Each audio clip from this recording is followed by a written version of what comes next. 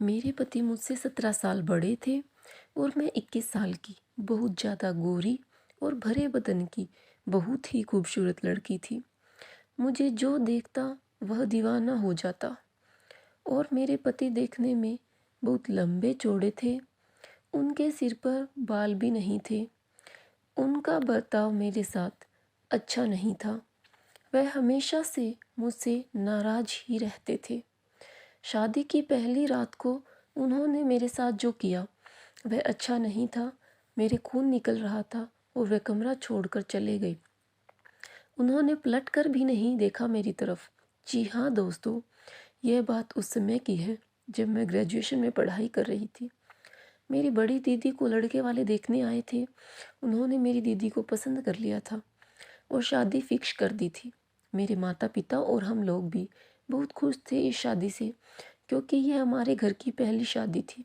हम सब लोग बड़ी धूमधाम से शादी की तैयारियों में लगे हुए थे। आखिरकार शादी वाला दिन आ ही गया। घर पर बारात आ गई, मंडप में दूल्हा बैठ गया और लड़के वालों ने कहा, जाकर दुल्हन को बुला कर लाओ। हम सब लोग अपनी दीदी को बुलाने उनके कमरे में गए।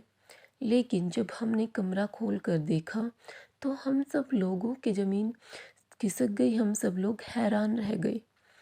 वहाँ पर दीदी नहीं थी। वहाँ पर सिर्फ एक लेटर मिला जिस पर लिखा हुआ था, पूजनीय पिताजी और माताजी, मैं यह शादी नहीं कर सकती। मैं किसी और से प्यार करती हूँ और मैं घर छोड़कर उसके साथ भाग रही हूँ। इसीलिए मुझे ढूंढने की कोशिश मत करना। अब मैं दोबारा लौटकर नहीं आऊँगी।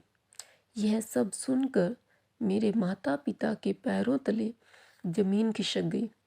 सोचने लगे कि क्या किया जाए, अब तो बेइज्जती हो जाएगी पूरे समाज में। फिर मेरी मम्मी ने मुझसे कहा, बेटा एक ही उपाय है अब तो, कि तुम दुल्हन की जगह ले लो। अब हम लोगों की इज्जत तुम्हारे हाथ में ही है। मेरी तो कुछ समझ में नहीं आ रहा था कि अब मैं क्या करूं। मैं मम्मी को ना भी नहीं कह सकती थी, क्योंकि हम लोगों की इज्जत का सवाल था। इसीलिए मैं कपड़े पहनकर, दुल्हन के कपड़े पहनकर मंडप में बैठ गई और मैंने यह शादी कर ली। मैं यही सोच रही थी कि जब दूल्हे को पता चलेगा तो क्या होगा। मैं घूंघट ओढ़कर अपने ससुराल में बैठी थी। रात को जब दूल्हा आया और उसने घूंघट उठाया तो पूछा, तुम तो उसकी छोटी बहन हो, तुम यहाँ क्या कर रही हो? जाओ, जाकर तुम अपनी बड़ी बहन को बुलाओ। मैंने अपने पति को सब कुछ सच सच बताना उचित समझा और सब कुछ सच सच मैंने अपने पति को बता दिया। यह सुनने के बाद वह बहुत तेज गुस्सा हुआ और मेरे मुंह पर 2-3 थप्पड़ लगा दिया और मैं वहीं पर गिर गई। मेरे बहुत तेजी से खून निकलने लगा, लेकिन उसने मेरी तरफ पलट कर भी नहीं ध्यान दिया। उसने मेरी तरफ ध्यान नहीं दिया और बहुत चिल्लाया। कमरा छोड़कर बाहर चला गया। मैं रात भर रोती रही और मैं कर भी क्या सकती थी। आखिरकार गलती हम लोगों की ही थी। ऐसा कई महीनों तक चलता रहा। उन्होंने कभी भी मुझे एक्सेप्ट नहीं किया। इसी कारण आज तक हम लोगों का कोई बच्चा भी नहीं है। मेरे पति बहुत अमीर थे।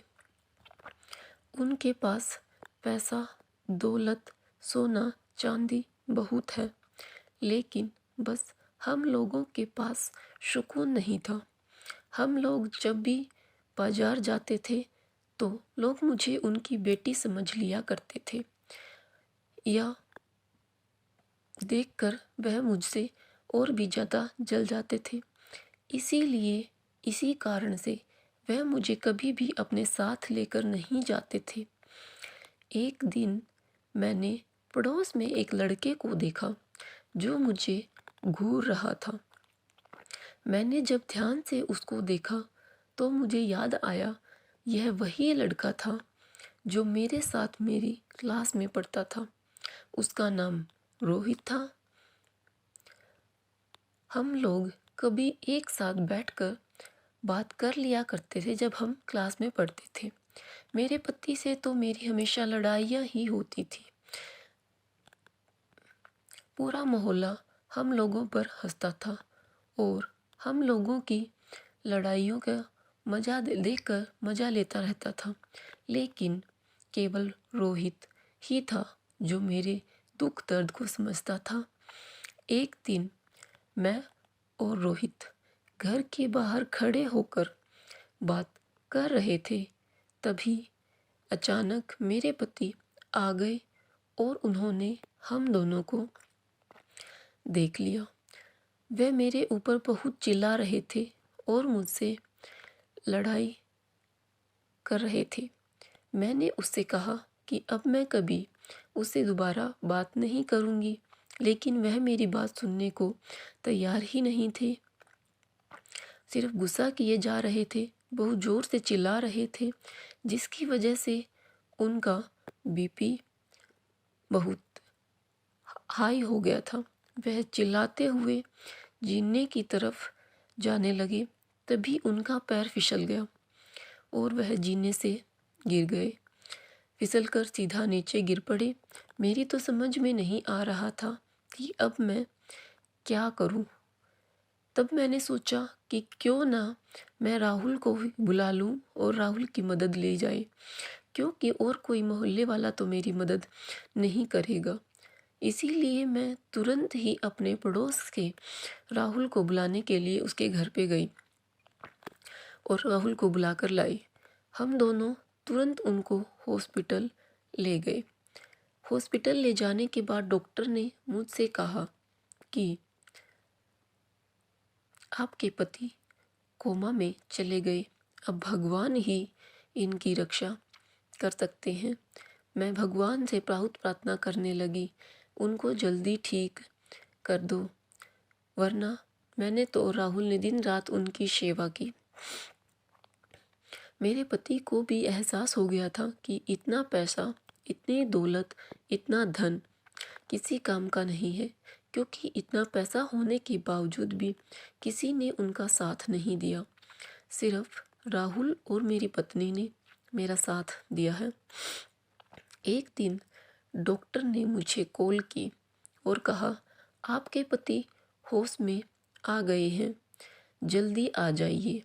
मैं और राहुल जल्दी से जल्दी हॉस्पिटल पहुँचे। मेरे पति ने मुझसे कहा कि अब मेरे पास ज़्यादा समय नहीं है, यह लो बक्से की चाबी, तुम और राहुल आपस में शादी कर लेना, मैं अब इस दुनिया से जा रहा हूँ, तुम लोग हमेशा खुश रहना। यह कहते ही वह इस दुनिया से चले गए।